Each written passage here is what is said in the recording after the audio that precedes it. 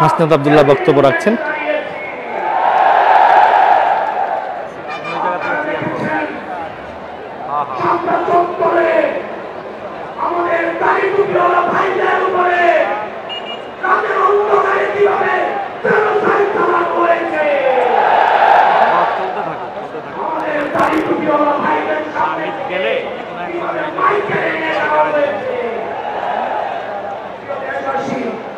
আপনারা দেখেছেন বাংলাদেশে কিভাবে রাতের ভোট, কিভাবে দিনের ভোট, রাতে চালু করার সংস্কৃতি চালু হয়েছে, দামি ইলেকশন চালু করা হয়েছে।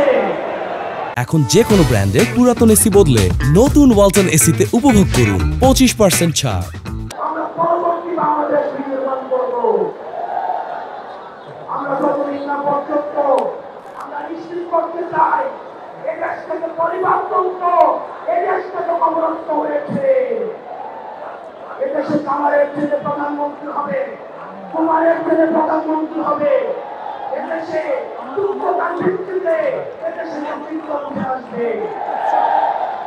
আমরা স্পষ্ট করতে চাই, আমরা একটা সুন্দর বাংলাদেশ করতে চাই, যে বাংলাদেশে আমাদের মধ্যে কোনো ধরনের ভেদাভেদ থাকবে না।